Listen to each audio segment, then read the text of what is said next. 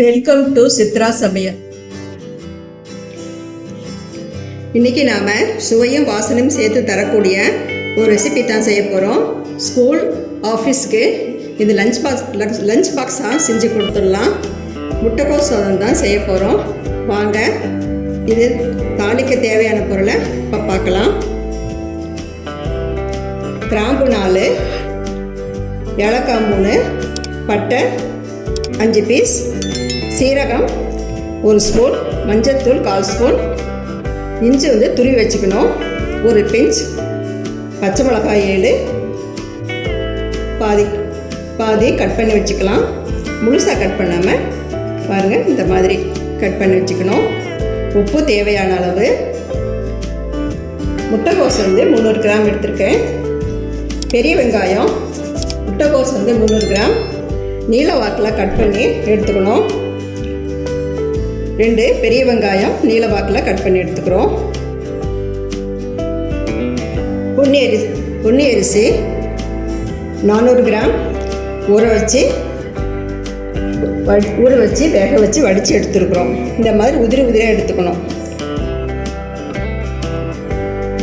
பச்சை பட்டாணி 100 கிராம் நைட்டே ஊற வச்சுருந்து காத்தால வேக வச்சு வடித்து எடுத்துருக்குறோம். கொத்தமல்லி தழை 1 கைப்பிடி அளவு, மிளகுத்தூள் 2 ஸ்பூன், சோயா சாஸ் 2 ஸ்பூன். வாங்க, இப்போ நம்ம செய்ய ஆரம்பிக்கலாம். அடுப்பில் வடை சட்டி வச்சுக்கிட்டோம். ஒரு 5 ஸ்பூன் எண்ணெய் விட்டுக்கலாம். இந்த மாதிரி வெரைட்டி ரைஸுக்கு கொஞ்சம் எண்ணெய் சேர்த்து இருந்தால் தான் நல்லாயிருக்கும். நான் ரீஃபண்ட் ஆயில் எடுத்திருக்கேன் இன்றைக்கி. உங்களுக்கு கடலெண்ணெய் வேணால் எடுத்துக்கலாம், நீங்கள் உங்கள் விருப்பம். எண்ணெய் காயிட்டோம். எண்ணெய் காஞ்சிருச்சு. இப்போ ஒவ்வொரு பொருளாக நம்ம சேர்த்திக்கலாம். பட்டை, அடுப்பை நம்ம சிம்மில் வச்சுக்கலாம். பட்டை, ஏலக்காய், கிராம்பு,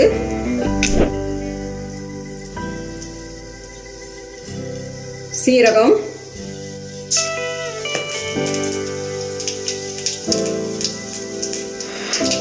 பிரிஞ்சி இலை,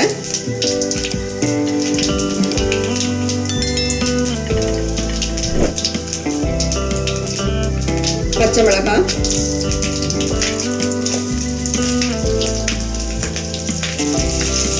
இஞ்சி துருவி வச்சிருக்கோம்ல, அதை போட்டுக்கலாம். அடுப்பை நம்ம சிம்மில் வச்சு தான் வேக வைக்கணும், தாளிக்கணும். இஞ்சி போடுறது கூட இப்போ வெங்காயம் கட் பண்ணி வச்சுருக்கணும் நீல வாக்கில், அதை போட்டுக்கலாம்.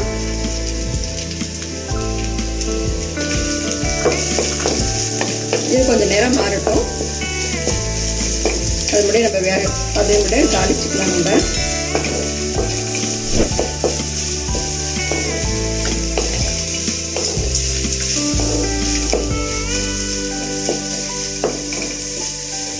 அடுப்பை நம்ம ஸ்லோவில் தான் வச்சுக்கணும்.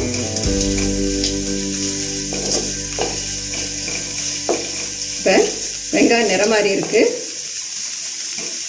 இந்த ரேட்டில் நம்ம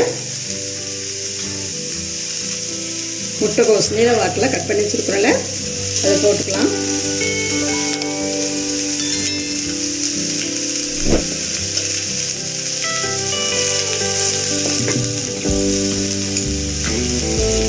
கூட மஞ்சள்தூள்,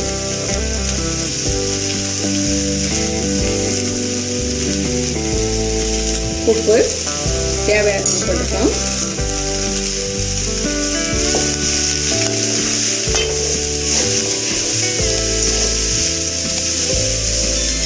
ஒரு 5 நிமிஷம் வேகட்டும்.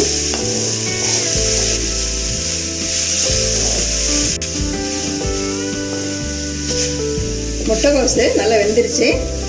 நீங்கள் வேகிறதுக்கு கொஞ்சம் தண்ணி தெளித்து கூட வேக வைக்கலாம். நான் எண்ணெயில் தான் வதக்கினேன். இப்போ நல்லா வெந்துருச்சு பாருங்க.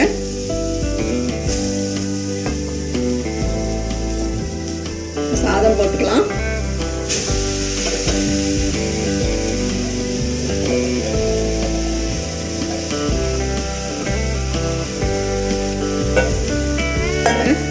பச்சை பட்டாணி வேக வச்சு வச்சுருக்கோம்ல, அதை போட்டுக்கலாம்.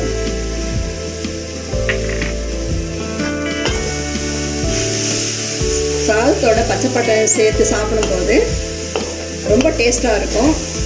கொள்ளையில் கலக்கிடும் போது அதோட இந்த மசாலெல்லாம் போட்டுக்கொள்ள இன்னும் வாசனையாக இருக்கும். இந்த மாதிரி குழந்தைக்கு நீங்கள் செஞ்சு கொடுத்தா முட்டைகோஸ் வேண்டான்னு ஒதுக்குறவங்க கூட நல்லா இருக்குன்னு சாப்பிடுவாங்க. இப்போ நம்ம மிளகுத்தூள் 2 ஸ்பூன் போட்டிருக்கோம். உங்களுக்கு குழந்தைங்களுக்கு கொடுக்கும்போது காரம் சாப்பிட மாட்டாங்கன்னா இது கொஞ்சம் குறைச்சிக்கலாம். ஒரு கலரி கழிக்கலாம்.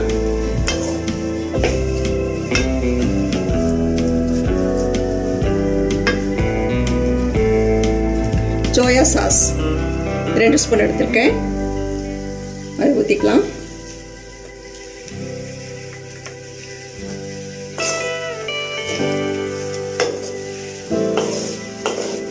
சோயா சாஸ் சேர்க்கறதுனால இன்னும் டேஸ்ட்டாக கொடுக்கணும் அது சாதம்.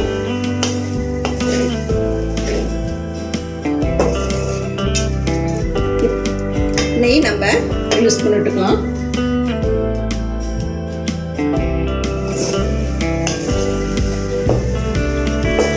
எல்லாம் சேர்ந்து கலரி விட்டுக்கலாம்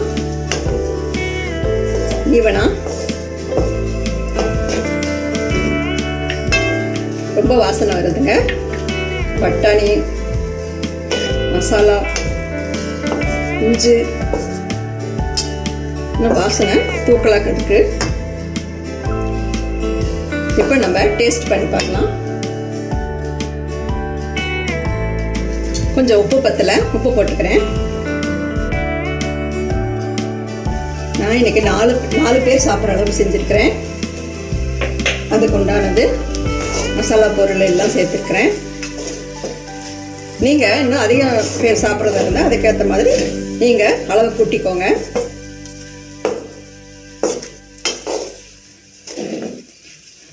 பாருங்க ஜம்முன்னு வந்திருக்கு. இப்போ நம்ம உப்பு காரம் திருப்பி உப்பு பார்க்கலாம். உப்பு காரம்லாம் சரியாக இருக்கான்னு. இல்லை சரியாக வந்திருக்கு. இது நான் ஒரு பிளேட்டில் நம்ம மாற்றிக்கலாம். முட்டைகோஸ் சாதம் ரெடி ஆயிடுச்சு. நம்ம ஒரு தட்டில் பரிமாறிட்டோம். கொத்தமல்லி தலையை தூவிக்கலாம். இதோட பாருங்க சூப்பராக வந்திருக்கு. வெயிட் லாஸ் வேணும்னு நினைக்கிறவங்களும் டயட்டில் இருக்கிறவங்களும் இதை வாரம் 2 முறை 3 முறை செஞ்சு சாப்பிட்லாம்.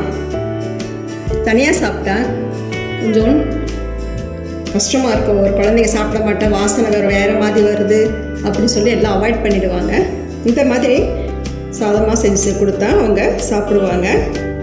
இதில் மசாலாலாம் சேர்த்துருக்கனால அவங்களுக்கு சோயா சாஸும் இருக்கிறதுனால அவங்களுக்கு இன்னும் ஒரு பர்க்கை கூட விடாமல் சாப்பிட்டு வருவாங்க. லஞ்ச் பாக்ஸாக செஞ்சு கொடுக்கும்போது இதில் பட்டாணி சேர்த்துருக்கனால வாயில் சாப்பிடும்போது கடிப்படும். ரொம்ப டேஸ்ட்டாக இருக்குன்னு விரும்பி சாப்பிடுவாங்க. இதுக்கு சைட் டிஷ்ஷாக இன்னும் தேவையில்லை. அப்பளம் இல்லை ஊறுகாய் கூட வச்சு சாப்பிட்லாம். இதே மாதிரி உங்கள் வீட்டில் செஞ்சு பாருங்கள் இதே அளவோட. இந்த வீடியோ உங்களுக்கு பிடிச்சிருந்தா சித்ரா சமையலுக்கு லைக் பண்ணுங்கள், கமெண்ட்ஸ் பண்ணுங்கள், சப்ஸ்கிரைப் பண்ணுங்கள். உணவே மருந்து. மிக்க நன்றி. இந்த வீடியோ உங்களுக்கு பிடிச்சிருந்தா சித்ரா சமையலுக்கு லைக் பண்ணுங்க, ஷேர் பண்ணுங்க, சப்ஸ்கிரைப் பண்ணுங்க. உங்களுடைய கருத்துக்களை கமெண்ட் செக்ஷன்ல பதிவு பண்ணுங்க. உணவே மருந்து.